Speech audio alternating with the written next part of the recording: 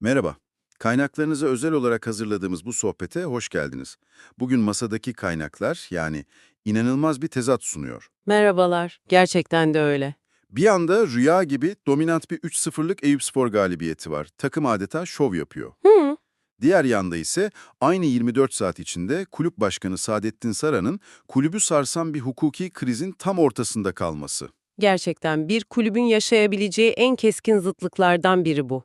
Bu iki hikayenin aynı güne nasıl sığdığını anlamak için sabırsızlanıyorum doğrusu. Bizim de buradaki görevimiz aslında bu iki farklı dünyayı birleştirmek. Yani sahanın içindeki o parlak futbolu ve perde arkasındaki o karanlık hukuki süreci.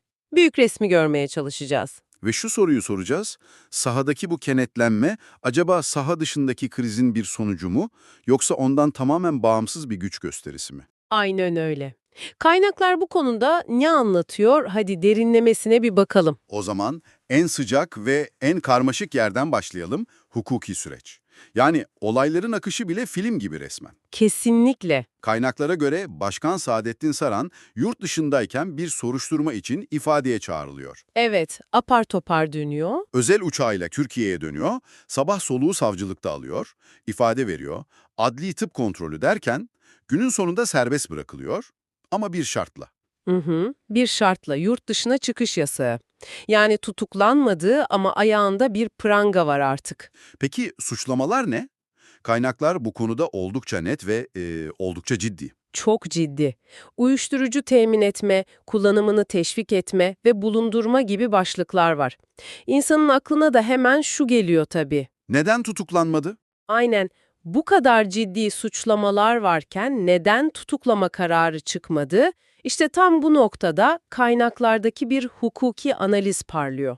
Evet, normalde bu tür suçlamalarda tutuklama daha sık görülen bir tedbir değil midir? Öyledir. Ancak kaynaklardaki bir yorumcu, Yargıtay'ın yani Türkiye'nin en yüksek temiz mahkemesinin kararlarına dikkat çekiyor. Hı hı. Ne diyor Yargıtay? Diyor ki bir arkadaş ortamında uyuşturucu ikram etmek, yani kaynakların ortam içiciliği diye tabir ettiği şey, Hı hı. ya da kendi evinde başkalarının kullanmasına izin vermek, yani mekan sağlamak, bunlar tek başına temin etme veya kullanımını kolaylaştırma gibi daha ağır suçları oluşturmaz. Yani bir kasıt gerekiyor anladığım kadarıyla. Kesinlikle bu ağır suçların oluşması için ticari bir amaç veya özel bir kasıt gerekiyor. Sara'nın tutuklanmamasının arkasında savcılığın eldeki delilleri bu ağır suçlar için yeterli görmemiş olabileceği yorumu yapılıyor. Ki bu delillerin de gizli tanık ifadelerine dayandığı söyleniyor. Evet, bu da delillerin zayıf olabileceğine bir işaret olabilir tabii. Anladım. Yani suçlamalar ciddi olsa da hukuki zemin en azından şimdilik zayıf olabilir. Bu da bizi doğrudan Saadettin Saran'ın maç sonu açıklamalarına getiriyor. O açıklamalar çok önemliydi. Vücut dili, ses tonu, sözleri çok şey anlatıyordu. Suç işledim mi? Hayır diyerek net bir çizgi çekti. Çok net. Sonra devlet çağırırsa geliriz, başkaları gibi gelmemezlik yapmayız diyerek bir gönderme yaptı ve taraftarın desteğinin altını çizdi. Taraftarın bana sahip çıkmasını ömrüm boyunca unutmayacağım dedi. Çok duygusal bir andı. Sanki bana yapılan bu saldırı aslında Fenerbahçe'ye yapılıyor, o yüzden kenetlenelim mesajı veriyordu değil mi? Kesinlikle bir kenetlenme çağrısı. Bu hem kişisel bir savunma stratejisi hem de camiayı bu kriz etrafında birleştirme hamlesi. Kulübün resmi açıklaması da bu stratejiyi destekler nitelikteydi zaten. Tabii soruşturmanın gizliliğini ihlal edip yalan yanlış bilgi yayanları mahkemeye vermekle tehdit ediyorlar. Bu olay medyada da ilginç bir tartışma başlattı. Hani CNN Türk muhabiri Merve Tokgöz'ün haberi önce büyük tepki çekti. Evet ama sonra savcılık açıklamasındaki maddelerle örtüşünce durum biraz değişti. Bir de o klasik hassasiyet ortaya çıktı. Haberlerde Fenerbahçe başkanı mı denmeli yoksa sadece Saadettin Saran mı? Bitmeyen tartışma. Bir taraf diyor ki kulübün adını bu işlere karıştırmayın. Diğer taraf da diyor ki ama bu kişinin haber değeri taşımasının sebebi zaten o koltukta oturması. İkisi de haklı bir yerden bakınca. Doğru. Ama tüm bu kaos yaşanırken takım sahaya çıkıyor ve adeta bizim işimiz bu dercesine bir futbol oynuyor. İşte olayın en büyüleyici kısmı da bu. Yani saha dışındaki fırtına ne kadar büyükse sahadaki sükunet ve hakimiyet o kadar etkileyiciydi. Fenerbahçe özellikle son maçlarda alışkanlık haline getirdiği gibi maçı ilk yarıda bitirdi resmen. Kaynaklardaki bir istatistik inanılmaz. Eyüpspor'un ilk yarıda kaleye tek bir şutu bile yok, 0. Rakibi sağdan sildiler. Ama aynı kaynaklar ikinci yarı başındaki o klasikleşen rehavete de parmak basıyor. Evet, o yine oldu. Eyüpspor'un direkten dönen topu var, bir penaltı beklentisi var. Bu durum namağlup ünvanına rağmen takımın neden bu kadar çok berabere kaldığını da açıklıyor sanki. Hani o sonunu getirememe eleştirisi var ya. Tam olarak bu. İşte burası çok kritik bir içgörü sunuyor bence. Kağıt üzerinde Fenerbahçe ligin ilk yarısını namağlup tamamladı. 2005-2006'dan beri ilk kez. Kulağa harika geliyor değil mi? Harika geliyor, evet. Ama madalyonun diğer yüzünde ne var? 17 maçta 6 beraberlik.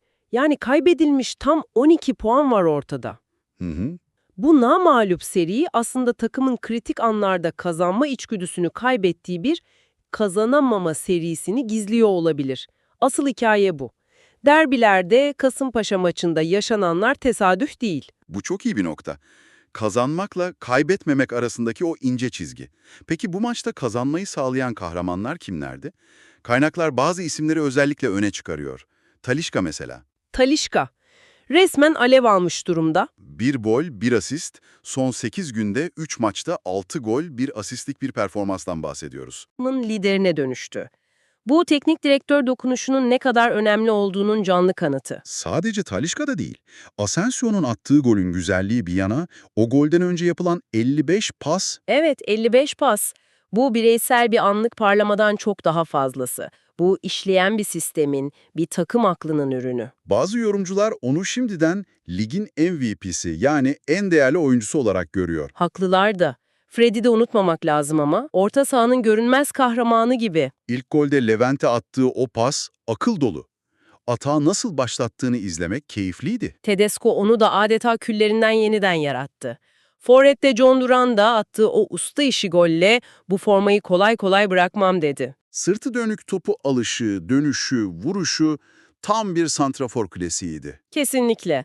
Ama her parlayan yıldızın yanında bir de sönük kalan var. Kaynaklar bu konuda Kerem Aktürkoğlu üzerinde birleşiyor maalesef. Evet, Kerem için eleştiriler oldukça sert.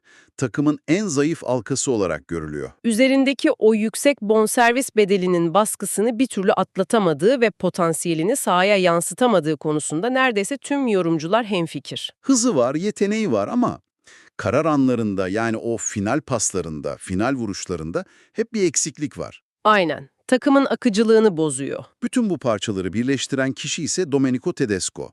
Mourinho sonrası oluşan o kaos ortamında takımı devraldı ve kısa sürede bambaşka bir kimliğe büründürdü. Kaynaklar onun başarısının sırrını birkaç noktada topluyor. Oyuncularla kurduğu samimi abi-kardeş ilişkisi, taktiksel esnekliği. Ve belki de en önemlisi odanın sadece ve sadece saha içi olması. Mourinho'nun tam tersi bir profil çiziyor. Maç sonu çıkıp hakemlerden, federasyondan şikayet etmiyor. Kötü oynadılarsa çıkıp bugün iyi değildik diyebiliyor. Bu dürüstlük ve saha içine odaklanma hali oyunculara da yansıyor. Tabii ki. Levent Mercan gibi kimsenin beklemediği bir oyuncu sol bekte parlatması. Bir sistem takımı yaratma yolunda ne kadar doğru adımlar attığını gösteriyor. Yani takım başkanlarının yaşadığı krizi düşünmek yerine Tedesco'nun planına odaklanmış görünüyor. Aynen öyle. Tedesco'nun takımı bu kadar iyi toparlaması inanılmaz.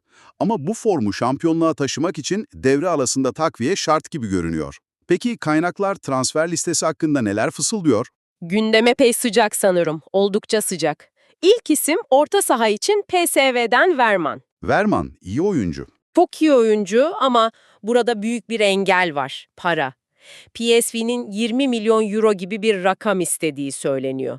20 milyon euro. Hatta bu transferi mümkün kılmak için Szymański'nin takasta kullanılabileceği gibi yani pek ciddiye alınmaması gereken dedikodular da var. Bir dakika, 20 milyon euro bir orta saha için mi?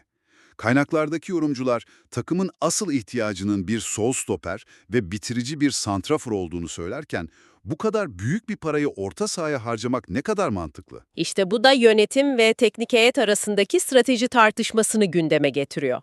Kaynaklardaki bazı yorumcular da tam olarak senin sorduğun soruyu soruyor. Hı hı. Verman kaliteli bir oyuncu ama bir lüks. Asıl kanayan yara forvet ve savunma hattı diyorlar. Diğer isimler kimler? Diğer yandan kanat oyuncusu Ademola Lookman ismi geçiyor, Atalantalı oyuncu. Menajerlik şirketiyle Milano'da bir görüşme yapılmış ama Ama bunun somut bir tekliften çok genel bir portföy değerlendirmesi olduğu aktarılıyor. Yani elinizde başka kimler var tarzı bir sohbet. anlaşıldı.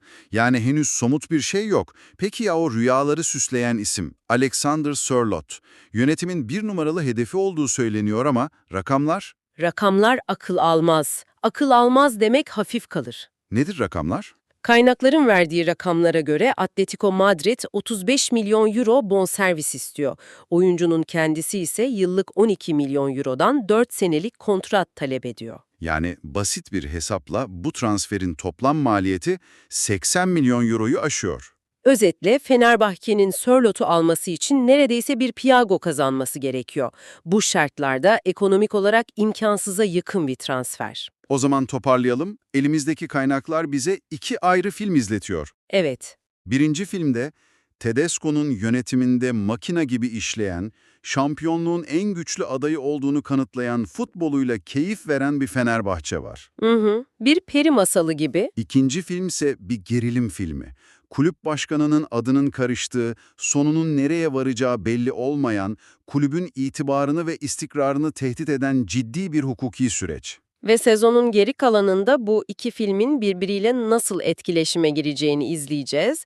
Bu sadece bir şampiyonluk mücadelesi değil, aynı zamanda bir itibar ve ayakta kalma mücadelesi. Saha içindeki futbol operasyonları yönetim katındaki bu kaostan ne kadar süre daha kendini yalıtabilir? İşte sezonun kaderini bu sorunun cevabı belirleyecek. Kesinlikle. Öyleyse dinleyicimize üzerinde düşüneceği o son soruyu bırakalım. Sizce saha dışında yaşanan bu büyük kriz ve ardından gelen bu kenetlenme hali Fenerbahçe'yi şampiyonluk yolunda daha da motive edip ateşleyecek, çelikleştirici bir güce mi dönüşür? Yoksa sezonun ilerleyen haftalarında kaçınılmaz olarak dikkatleri dağıtıp takımın ayağına dolanacak ağır bir engele mi? Bu derinlemesine sohbet için zaman ayırdığınız için teşekkürler.